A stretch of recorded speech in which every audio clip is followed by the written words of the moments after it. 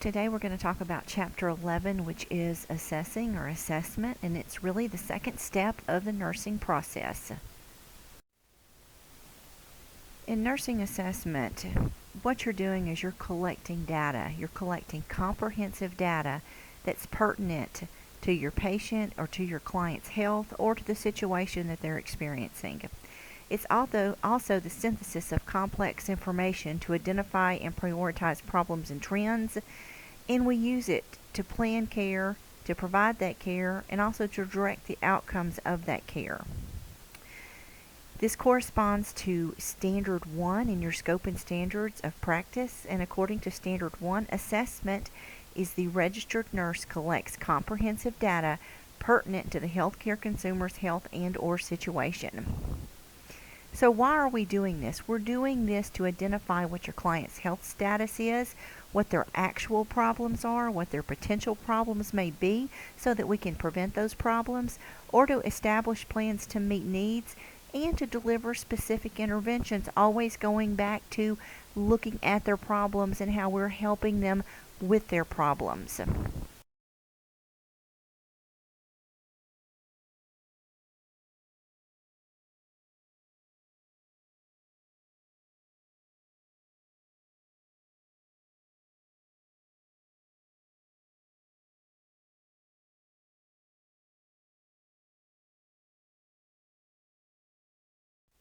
We've already said assessment is the second step of the nursing process, and in assessment you are going to do four main things. 1, you will collect data. 2, you will organize that data. 3, you will validate the data. You'll make sure that what you've collected is true and it is valid. And 4th, you document that data, because that is a major part of nursing, is documentation. The purpose of assessment, if we were just to say in a few words, is to establish a database of your client's responses so that in the future you have something to compare it to.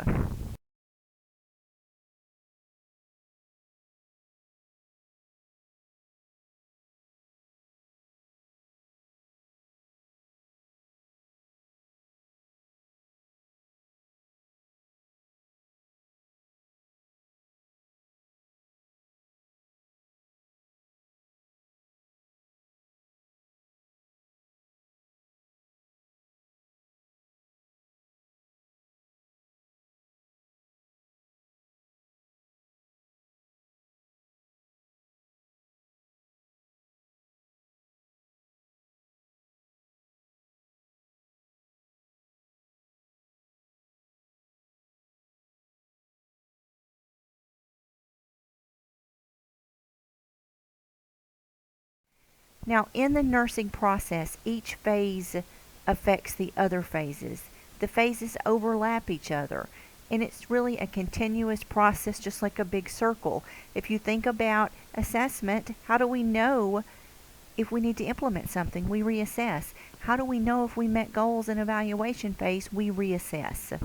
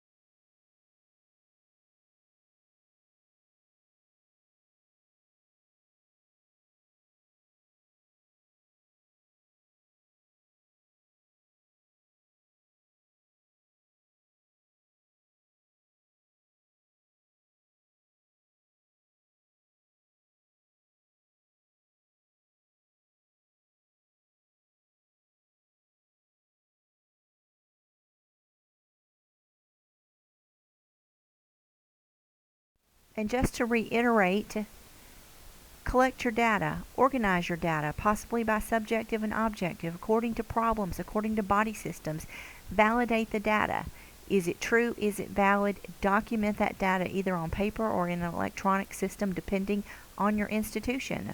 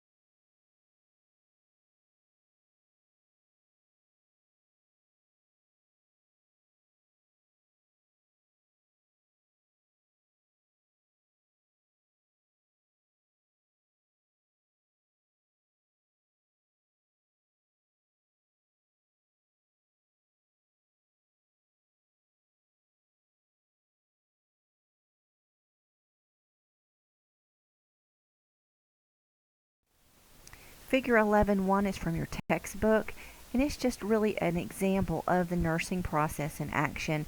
Please read over this slide.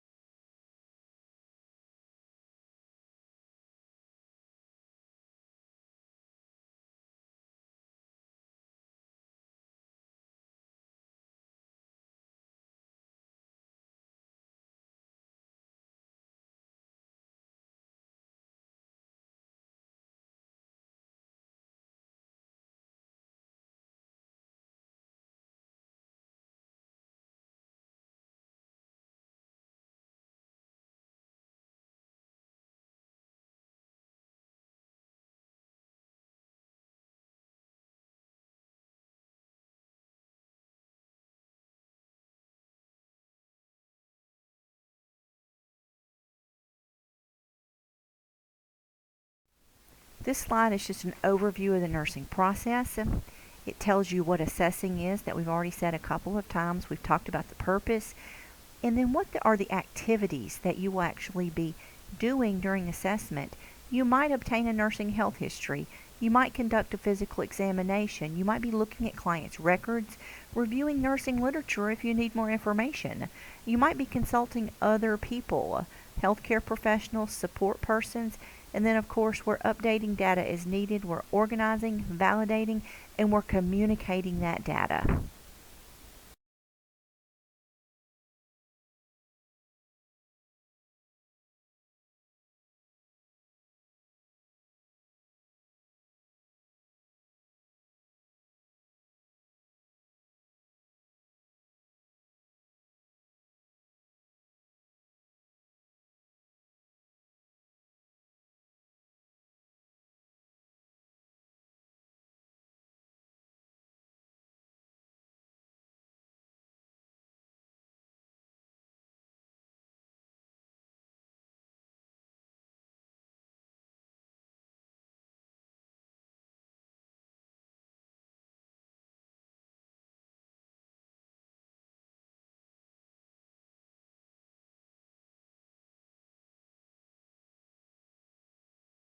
Some of the characteristics of the nursing process include the fact that it's cyclic, meaning it's 360, it goes around in a circle, it overlaps, it's dynamic, it's always moving, it's never static and standing still, it's always focused on your client, it's always focused on solving a problem, and it's always focused on making a good decision.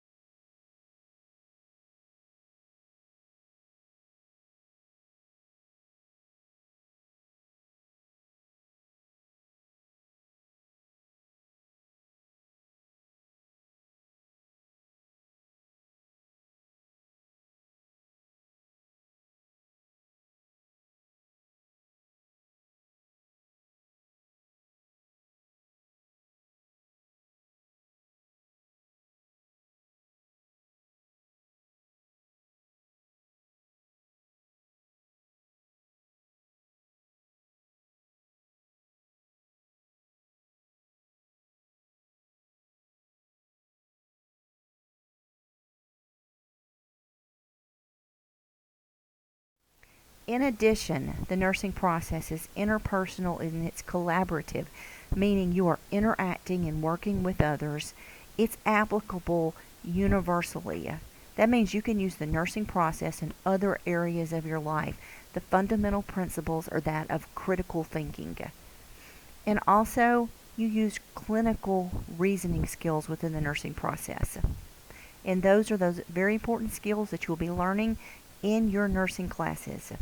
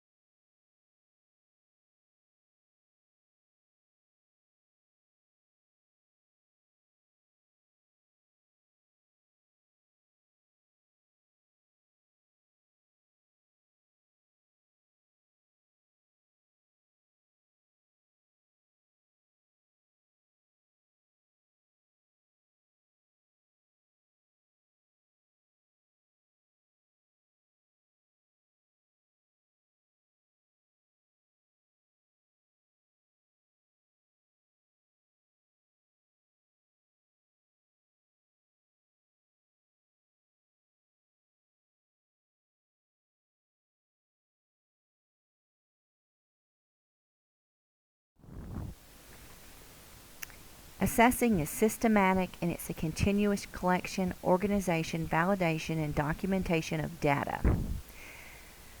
We have 4 types of assessments that all nurses should be aware of. And first is an initial nursing assessment, and that's performed when someone is admitted to a healthcare agency and is generally performed within a certain number of hours according to institutional policies.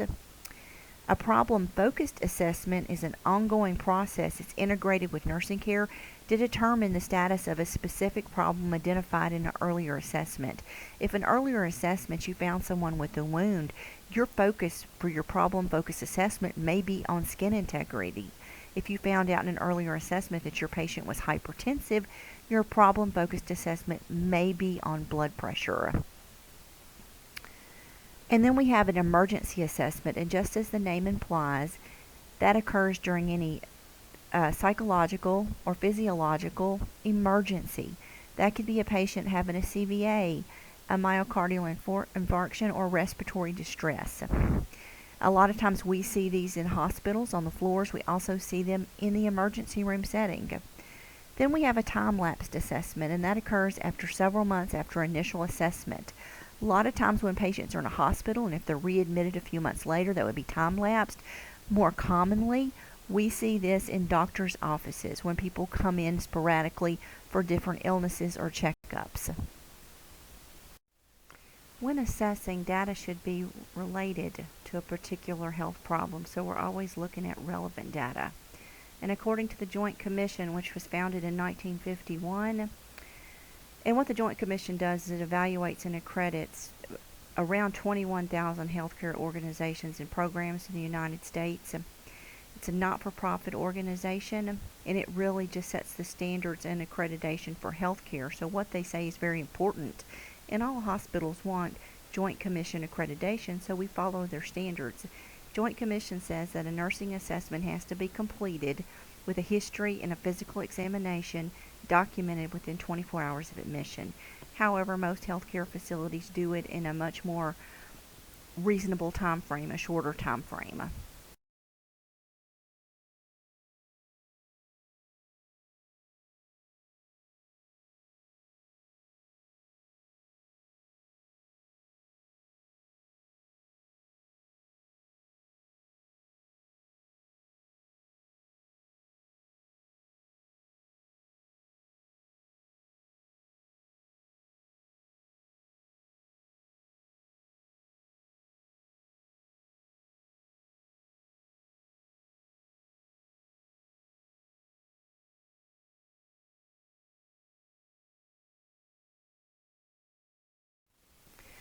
This slide is simply a review of the different types of assessment.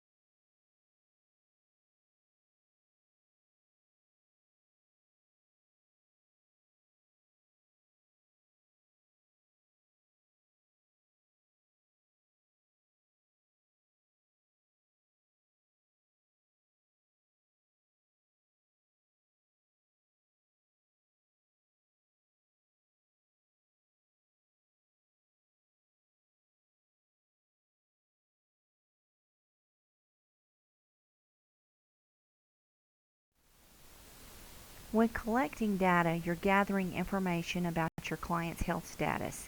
It needs to be systematic, it needs to be continuous, and it needs to cover their past history and their current problems, contain subjective and objective data, and y'all know those terms from health assessment. Subject is something that you cannot sense and something that's only known to your patient, and then objective is something that can be measured. It needs to be primary or secondary source. Primary source is your patient. All other sources are considered secondary. And it needs to be within a database, and that's going to contain all the information about your client.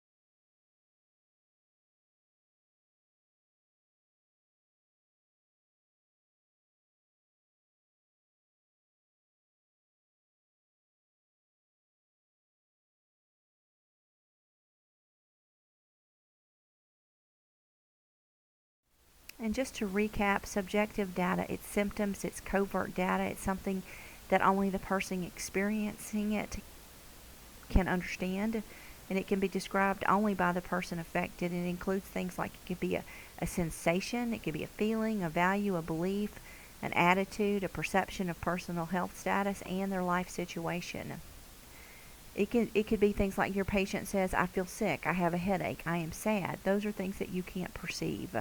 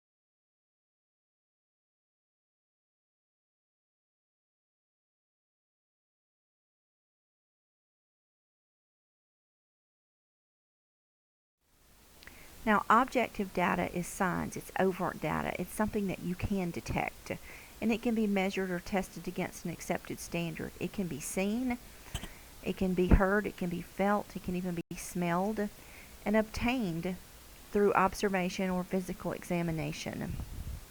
If you think about health assessment, something that can be measured, we inspect people for things that we can see, we auscultate, we palpate, we use our olfactory nerve to smell things.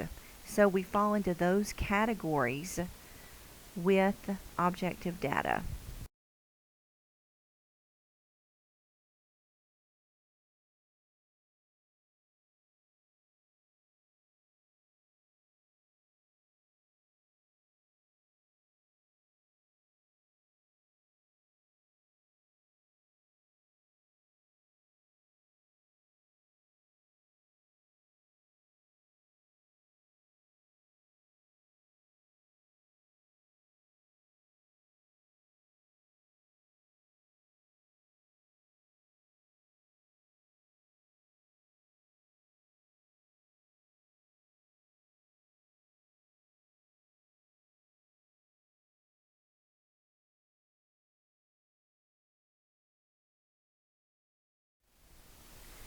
The client is always going to be your best source to gather data unless for some reason they can't communicate data with you. They might be too young. They might be too ill. They might have a mental status problem. They could be confused. In that case, family members, significant others can be secondary sources if the client cannot speak for themselves. Now, we always need to be careful and review HIPAA to be able to explain to patients in an understandable way the things that we're asking for.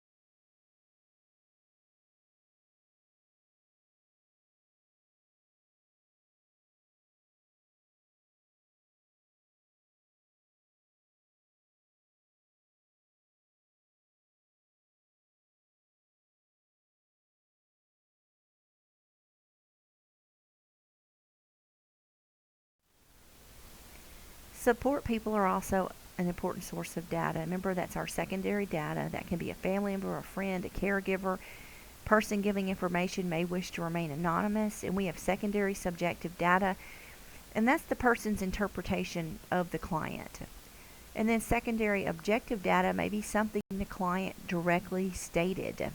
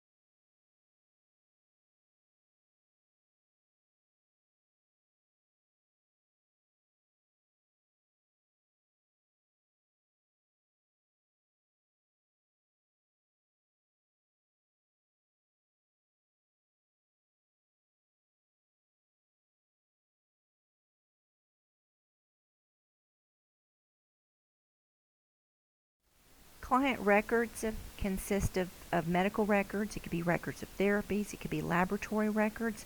And by reviewing this, it's important to review before you go in and ask patients questions. If we already have an answer, we should not be asking questions over and over again. This is something that's caused really patient concern, because when they go from department to department and we ask them exactly the same thing. So gather the information you can ahead of time.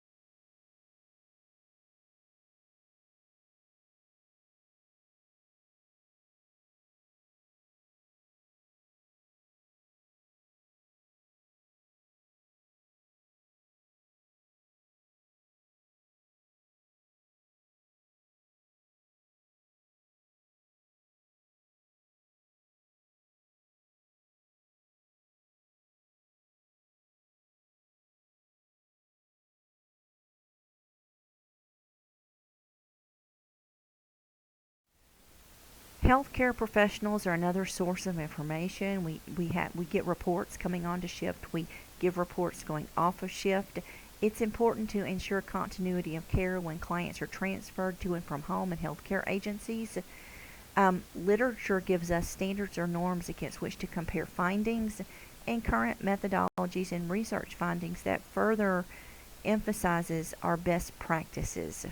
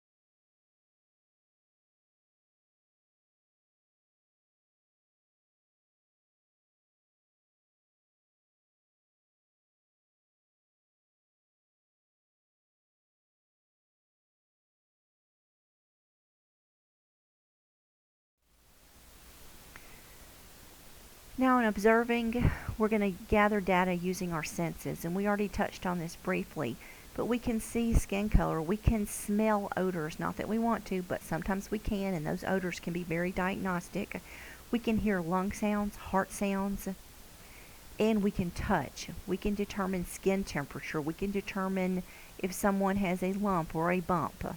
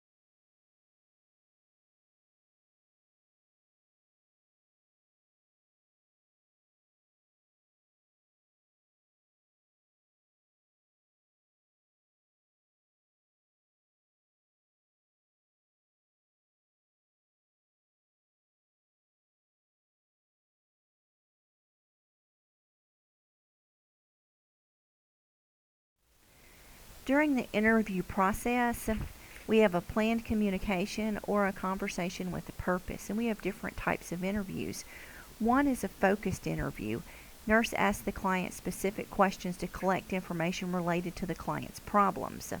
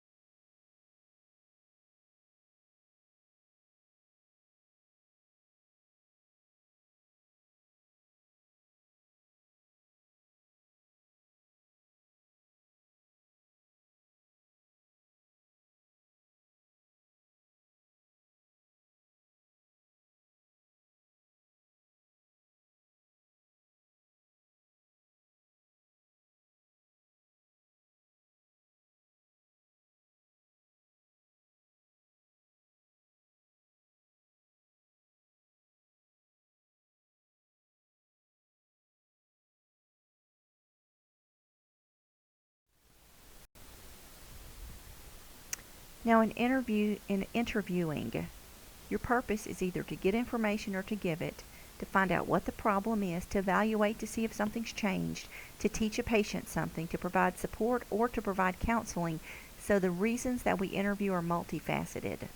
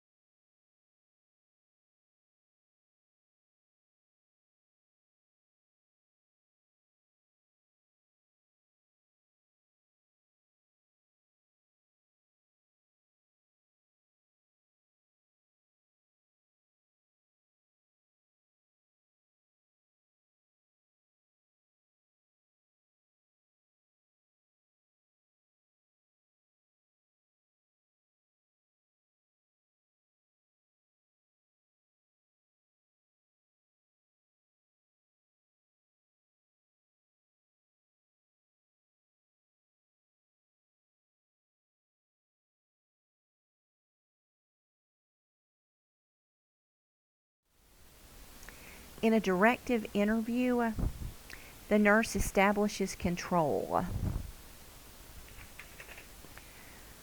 The nurse controls the interview, and that type of interviewing is important when time is limited. If you're in an emergency situation and you need answers fast, you're going to establish the purpose, you're going to control the interview, you're going to ask the questions.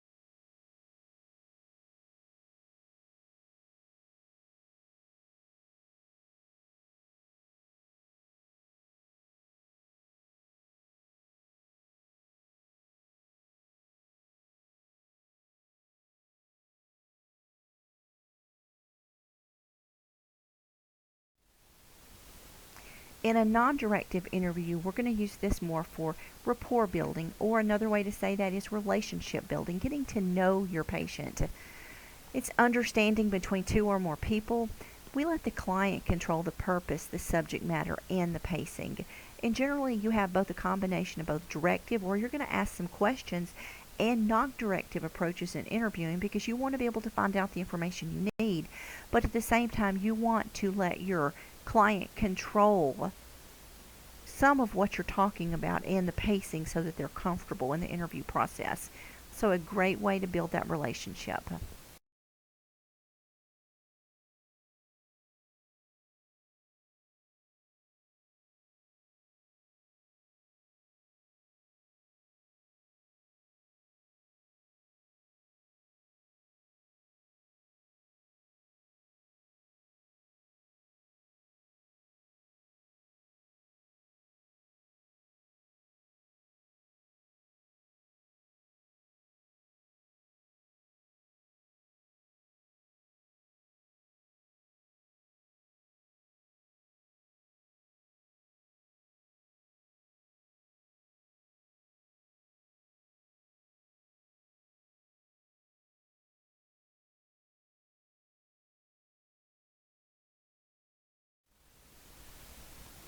Now, in interviewing, we have different types of interview questions. Our first is our close question, which is very restrictive, and we use close questions to get a quick factual answer from your patient because it doesn't take a lot of effort. You would use this type of interviewing if your patient's having pain, they're in distress, and you really don't want them to waste needed energy talking. It's less effort and information from the client. Some examples of this is, what medication did you take? Are you having pain? It could be something as simple as, when was your last tetanus shot?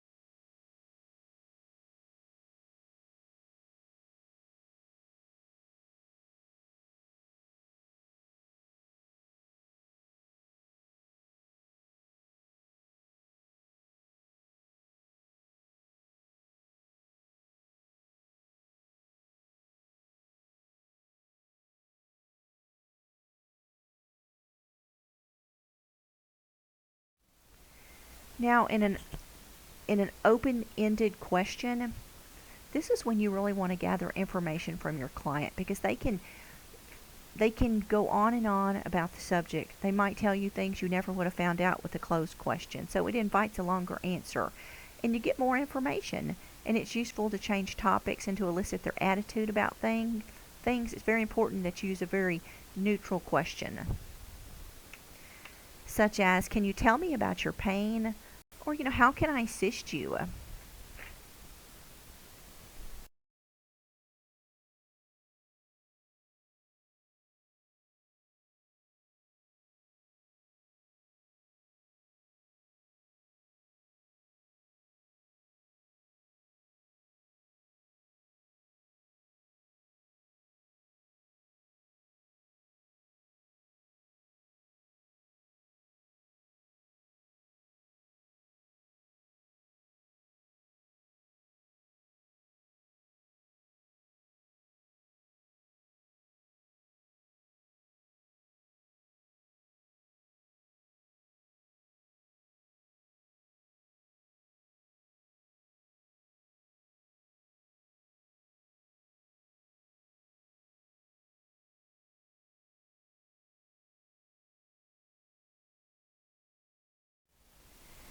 The timing of your interview and the setting is also very important. You really want to try to arrange an interview when your client is free from pain as they possibly can be, where you're going to have limited interruptions, and you want to be private and comfortable, limited distractions.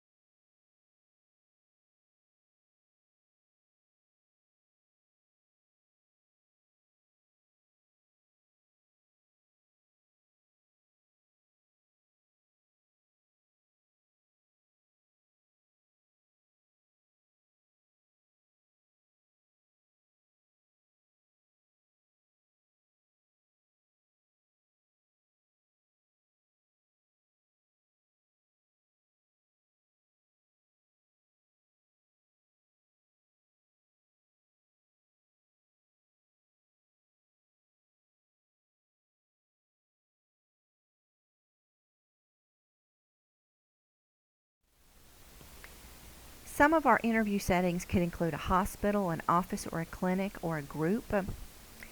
The distance, you want that to be comfortable. The language, you want to use words that are easily understood. You want to use layman's terms. And always make sure that you're speaking someone's native language, and if you can't speak it, you need to get an interpreter. So make sure you have an accurate understanding of the language or get a translator to assist.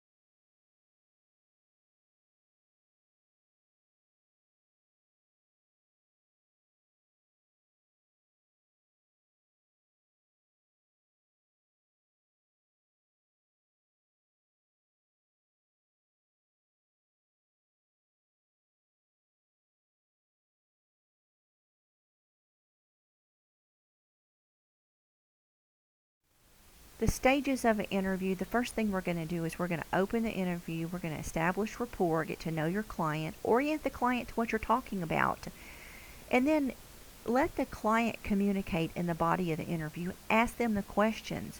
And at the end of the interview, it's the closing. And you end the interview when necessary information is collected. It's pretty much like any conversation you've ever had. There's an opening, there's what you talked about, and a closing.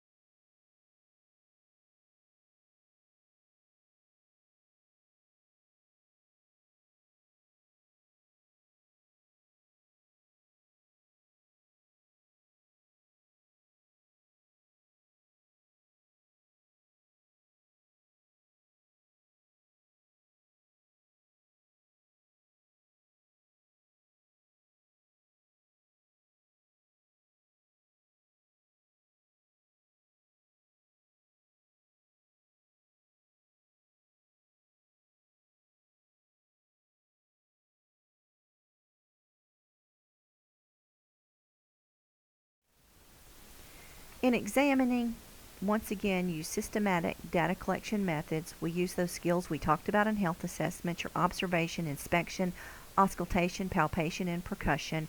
We get vital signs, height, and weight. We always use a cephalocaudal approach to physical exam, a head-to-toe progression. Then in screening exams, we specifically review systems.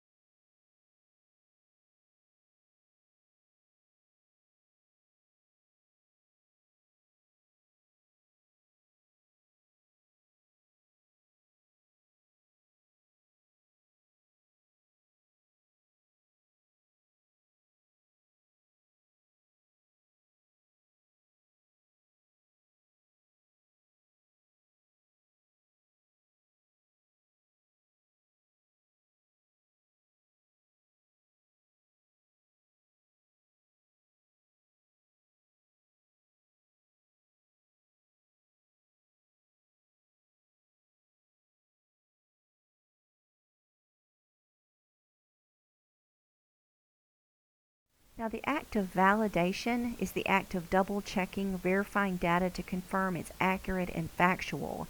You want to make sure the data you collected is correct. If you got an extremely high blood pressure, you would probably double check that blood pressure to verify the accuracy. Ensure that your assessment information is complete.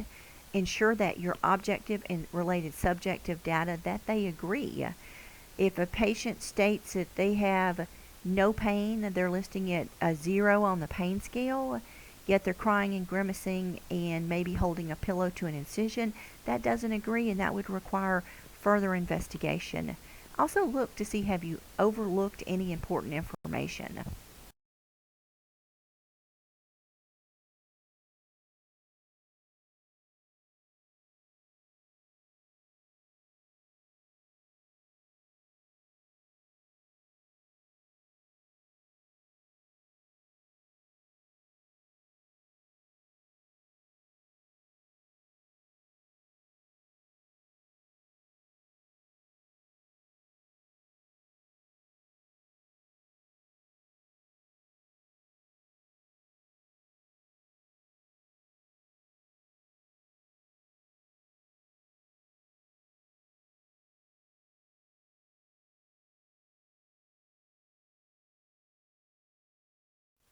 Okay, this slide wraps up assessment. Validating data is very important.